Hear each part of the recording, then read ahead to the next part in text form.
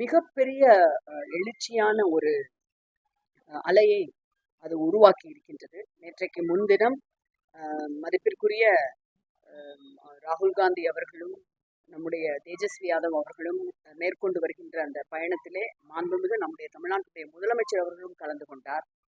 அவர் சொன்ன ஒரு முக்கியமான ஒரு விஷயம் என்னவென்றால், இது பீகார் தேர்தலுக்கான ஒரு விஷயம் மட்டும் அல்ல, இந்தியா முழுவதையும் உலுக்கி போடுகின்ற வாக்கு திருட்டை உலகம் முழுவதற்கும் வெட்டமளிச்சமாக்குகின்ற ஒரு முயற்சி என்று சொன்னார்.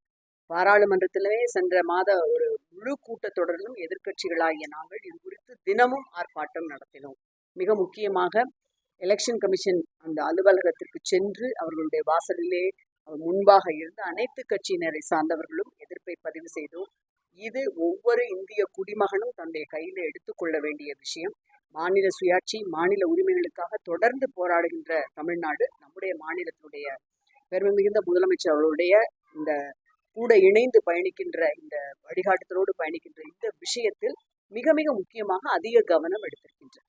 நிதி ஆயோக் கூட்டம் என்பது ஒவ்வொரு முறையும் தமிழ்நாட்டினுடைய ஒரு அமைச்சர் செல்லலாம், முதலமைச்சர் செல்லலாம். முதலில் அதை எல்லாவற்றையும் நாம் சரியாக புரிந்து கொள்ள வேண்டும்.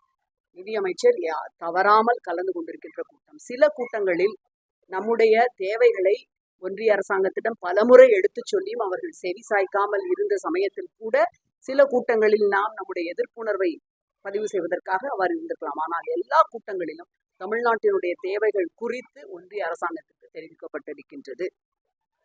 அதிலே மாற்று கருத்து கிடையாது. அதை புரிந்து கொள்ள வேண்டும். ஒன்று, புதிதாக செல்வது என்பது அங்கே ஒன்றும் அவசியமே இல்லை. ஏனென்றால் திராவிட முன்னேற்ற கழகம் இதுவரையிலும் மட்டுமல்ல, இனிமேலும் யாருக்கும் பயப்பட வேண்டிய அவசியமே கிடையாது. எங்கள் மடியில் கனமில்லை, ஆகவே பயமில்லை.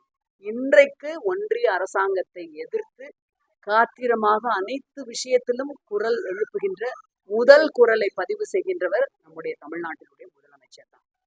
ஜனநாயக நாட்டிலே யார் வேண்டுமானாலும் யாரையும் எங்களுக்கும் தான் போட்டி என்று சொல்லலாம். திமுக வளர்ந்து நிற்கின்ற ஆலமரம், எத்தனையோ சவால்களை இதுகாரும் சந்தித்து வேரூன்றி நிற்கின்ற ஒரு இயக்கம். ஆகவே திமுகவினுடைய இலக்கு என்பது, நாங்கள் 4-5 வருட காலம் உங்களுக்கு தமிழ்நாட்டு மக்களுக்கு இன்னென்ன விஷயங்களை செய்திருக்கின்றோம், இத்தகைய திட்டங்களை கொண்டு வந்திருக்கின்றோம் என்று நாங்கள் செய்வதை சொல்லி அவர்களிடம் நம்பிக்கையோடு சென்று வாக்கு சேகரிப்பதுதான். அவர்கள் சொல்வது இவர்கள் சொல்வது சவால்களை எல்லாம் நாங்கள் பெரிதாக பொருட்படுத்துவோம்.